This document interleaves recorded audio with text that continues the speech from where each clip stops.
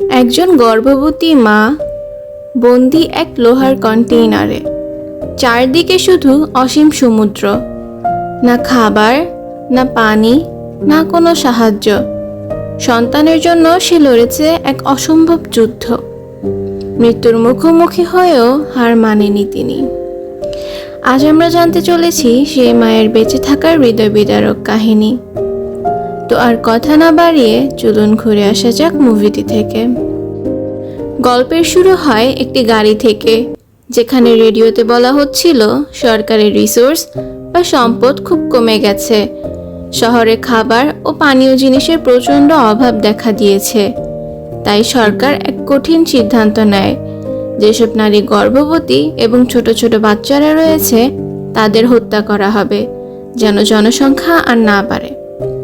গাড়ি থেকে একজন লোককে নামতে দেখা যায়, যে অনেক মানুষকে একটি নির্দিষ্ট জায়গায় নিয়ে আসে।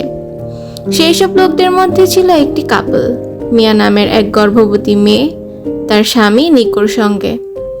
সবাই একসাথে একটি বড় কন্টেইনারে উঠে পড়ে। সেই কন্টেইনারে একজন মহিলা একটি ট্যাবে খবর দেখছিলেন, যেখানে বলা হচ্ছিল যে সরকার গর্ভবতী নারী ও শিশুদের হত্যা করছে। এটা দেখে মিয়া খুব কষ্ট পায়, কারণ সেও গর্ভবতী ছিল। তার স্বামী নিকো তাকে সান্ত্বনা দেয় এবং একটি চকলেট দিয়ে বলে, এটা তখন খাবে যখন আমরা নতুন দেশে পৌঁছে যাব, যেখানে আমাদের সন্তানকে নিয়ে সুখে থাকব। আসলে মিয়ার আগেও একটি সন্তান ছিল, যাকে পুলিশ মেরে ফেলেছে। এবার তারা সিদ্ধান্ত নেয় পালিয়ে যাওয়ার। কিছুক্ষণ পর কন্টেইনারে আরো অনেক লোক ঢোকে। তখন বাইরে থাকা একজন অস্ত্রধারী লোক বলে, সবাইকে এখানে রাখা যাচ্ছে না, কিছু লোককে অন্য কন্টেইনারে যেতে হবে। নিকোকে বন্দুক দেখিয়ে আলাদা করে 107 নম্বর কন্টেইনারে পাঠানো হয়। মিয়া জানালা দিয়ে সেটা দেখে।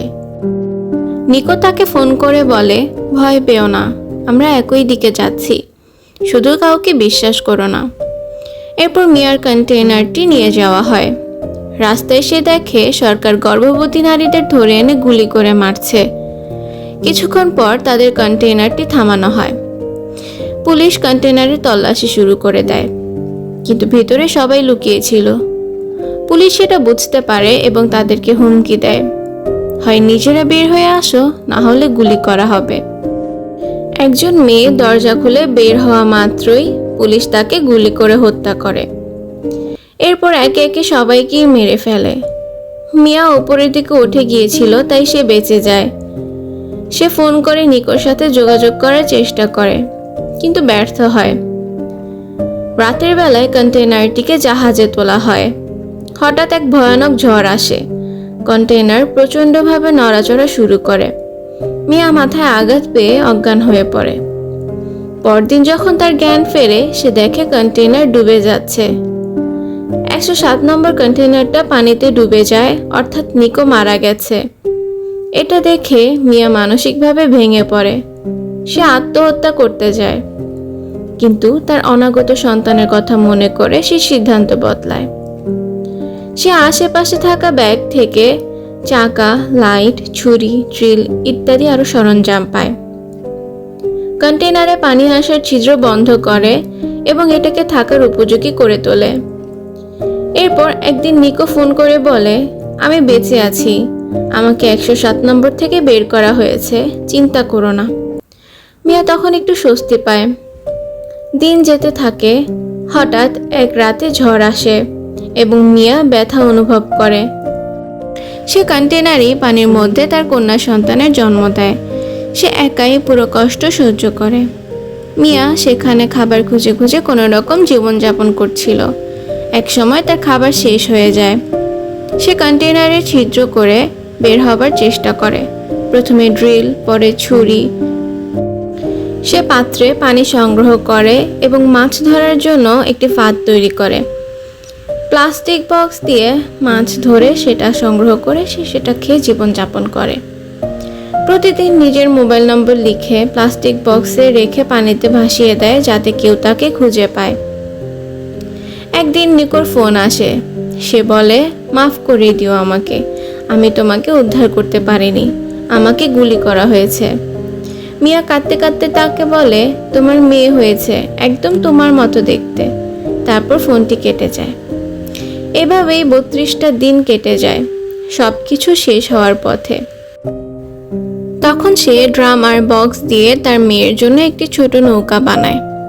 সে তার মেয়েকে সেই নৌকাটিতে রেখে উপরে গিয়ে সে খাবার জোগাড় করার চেষ্টা করে। কন্টেইনারটিও ডুবে যাওয়ার পথে। হঠাৎ তার মেয়ের ছবিটি কন্টেইনারের ভিতর পানির মধ্যে পড়ে গেলে যখন সেটা সে আনতে যায়, তখন সে পানিতে পড়ে যায় এবং একটি রশির সাথে তার পা আটকে যায়। এরপর আমরা দেখতে পাই কন্টেইনারটি ডুবে যায় এবং তার মেয়ে যেই নৌকোতে ছিল সেই নৌকোটি ভাসিয়ে নিয়ে যায়। কোনো মতে সে তার পা থেকে রশিটি ছাড়িয়ে নিয়ে যখন সে উপরে ওঠে তখন তার মেয়েকে আর কোথাও খুঁজে পায় না। এরপর আমরা দেখতে পাই তার মেয়ে যে নৌকোটিতে ছিল সেটার নিচ দিয়ে একটা তিমি মাছ যাচ্ছিল। মাছটি তার নিচ দিয়ে যাওয়ার সময় কিছুটা পানির ছিটে তার মেয়ের উপর লাগে, যার কারণে সে তখন কান্না করে, ফলে তার মাও তাকে খুঁজে পায়। মিয়া তার মেয়েকে পেয়ে জড়িয়ে ধরে বলে, তুই না থাকলে আমি তো বাঁচতামই না, মূলত তুই আমাকে বাঁচিয়েছিস। পরদিন মিয়া আকাশে অনেক পাখি দেখে, মানে কাছাকাছি কোনো জমি আছে। সে পাখিদের জন্য মাছ ফেলে এবং সেই মাছের গন্ধে অনেকগুলো পাখি তাদের নৌকোতে এসে জমা হয়। এক বোটে থাকা এক মেয়ে দূর থেকে পাখিদের দেখে বোট নিয়ে সেখানে আসে। মিয়ার কন্যার ছোট নৌকাটি দেখে তারা আশ্চর্য হয়। এরপর তারা তার বাচ্চাটিকে উদ্ধার করে। তারা দেখে নৌকোটির সাথে রশি বাঁধা। রশিটি যখন তারা টান দেয় তখন পানির নিচ থেকে মিয়াকে বের করে আনা হয়। মিয়া অচেতন অবস্থায় ছিল। মেয়েটি তাকে বাঁচানোর অনেক চেষ্টা করছিল। যেহেতু মিয়া পানির মধ্যে ছিল তাই তার শ্বাস বন্ধ হয়ে গিয়েছিল। যখন তার মেয়ে কাঁদছিল সেই কান্নার শব্দে মিয়ার প্রাণ ফিরে আসে। সে কাঁদতে কাঁদতে জিজ্ঞেস করে তার মেয়ে কোথায়। তখন মেয়েটি তার কন্যাকে তার হাতে তুলে দেয়। মিয়ার চোখে জল চলে আসে। অবশেষে এত কষ্টের পর সে এবং তার মেয়ে বেঁচে আছে। তো এই ছিল আজকের গল্পটি। কেমন লাগলো অবশ্যই জানাবেন এবং আরও এরকম গল্প পেতে আমার চ্যানেলটি অবশ্যই সাবস্ক্রাইব করে পাশে থাকবেন। ধন্যবাদ সবাইকে। আল্লাহ হাফেজ।